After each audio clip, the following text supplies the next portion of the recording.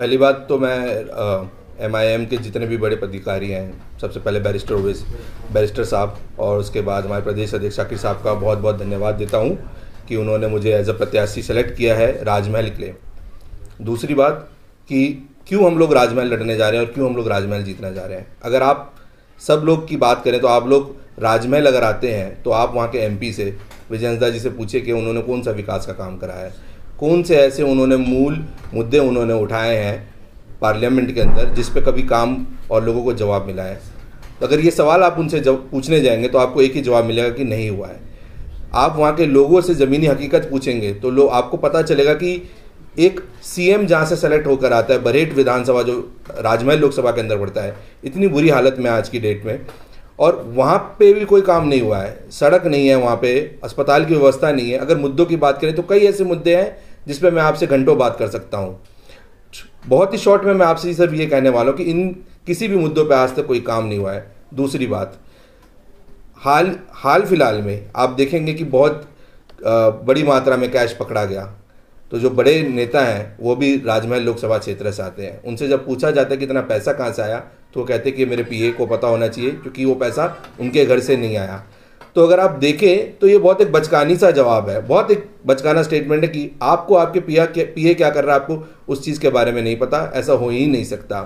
तो जब आप देख सकते हैं कि एक गरीब क्षेत्र से वहाँ के मंत्री के पास इतना पैसा निकल सकता है तो वहाँ पे गरीबों के लिए काम क्यों नहीं हो सकता।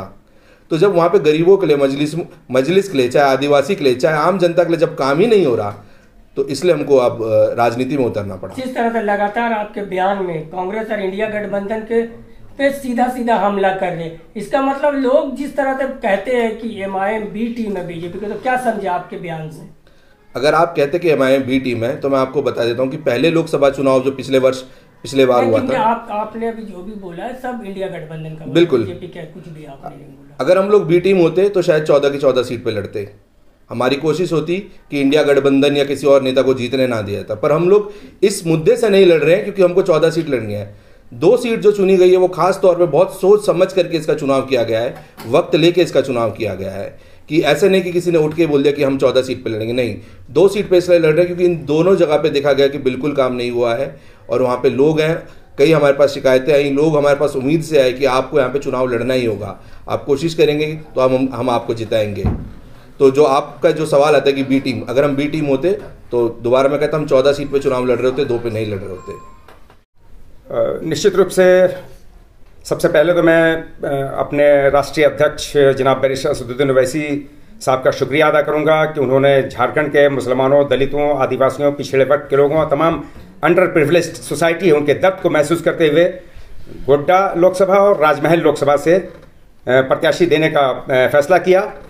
और आज के प्रेस कॉन्फ्रेंस का मकसद भी यही है कि हम घोषणा कर रहे हैं कि 2 सीट पे ऑल इंडिया मजलिस इत्तेहादुल मुस्लिमीन चुनाव लड़ने जा रही है। हम बी फॉर्म ला चुके हैं। गोड्डा से जहाँ तक बात है प्रत्याशी की, तो 4-5 प्रत्याशी हैं और सारे के सारे प्रत्याशी नहले पे दहला हैं, डिसाइड नहीं कर पा रहे हैं। 2-1 दिन में हम लोग डिसाइड करके उसका ऐलान करेंगे। और जहाँ तक राजमहल की बात है, राजमहल लोकसभा से हमारे बराबर में बैठे हुए जनाब पॉल सोरेन साहब हैं, जो एक बेहतरीन पॉलिटिकल स्ट्रैटेजिस्ट हैं, मोटिवेशनल स्पीकर हैं, कंटेंट राइटर हैं, सुप्रीम कोर्ट में इन्होंने प्रैक्टिस भी की, लॉ किया हुआ है, दिल्ली यूनिवर्सिटी के प्रोडक्ट हैं। तो इनको प्रत्याशी बैरिस्टर असदुद्दीन ओवैसी साहब ने राजमहल से बनाया है। आज जिस तरह से इस सो कॉल्ड सेकुलर पार्टीज, चाहे वो जेएमएम हो, कांग्रेस हो, आरजेडी हो या कम्युनिस्ट पार्टी हो, उन तमाम लोगों ने आपने देखा कि 20% झारखंड की मुस्लिम आबादी को किस तरह से इग्नोर किया, किस तरह से उनके अधिकारों को छीनने का, उनकी लीडरशिप को, उनके नेतृत्व को, उनकी नुमाइंदगी को छीनने का प्रयास किया। तो उसी के खिलाफ में एक ज़बरदस्त आक्रोश आप तमाम मीडिया के बंधु भी महसूस कर रहे होंगे, एक ज़बरदस्त गम गुस्सा है। तो मैं झारखंड के तमाम झारखंड वासियों से, तमाम सेकुलर प्रेमियों से आह्वान करेंगे कि 14 सीट के बदले हम 2 सीट गोड्डा और राजमहल लड़ रहे हैं। अगर वाकई आप गुस्सा हैं, वाकई अपने अधिकारों के हनन से आप मायूस हैं, तो आप गोड्डा और राजमहल में आप तन मन धन से अपना वाइटल रोल प्ले करें। जिस तरह से आजसू और भाजपा में लगातार अल्पसंख्यक खास करके मुस्लिमों का ज्वाइनिंग हो रहा है, उस पर क्या कहेंगे? देखिए, ये आई वॉश है, मुसलमानों को दिग्भ्रमित करने का एक असफल प्रयास है। चूँकि हम मुसलमान समाज में विशेष रूप से कभी भी अपनी आइडियोलॉजी से, अपनी विचारधाराओं से समझौता नहीं कर सकता।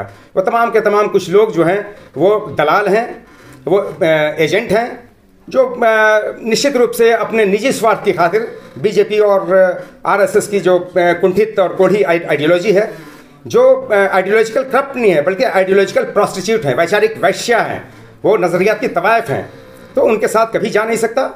ये सिर्फ भ्रम पैदा करने का असफल प्रयास है। एक मेरा सवाल है आपसे कि झारखंड में मजलिस के हक दीवाने दिखते हैं, मतलब चाहने वाले बहुत हैं, और ख़ास करके रांची में इसका असर दिखता है, मगर रांची लोकसभा से आप लोगों ने कैंडिडेट उतारा नहीं, आखिर क्या थी ऐसी वजह, क्यों नहीं उतारने?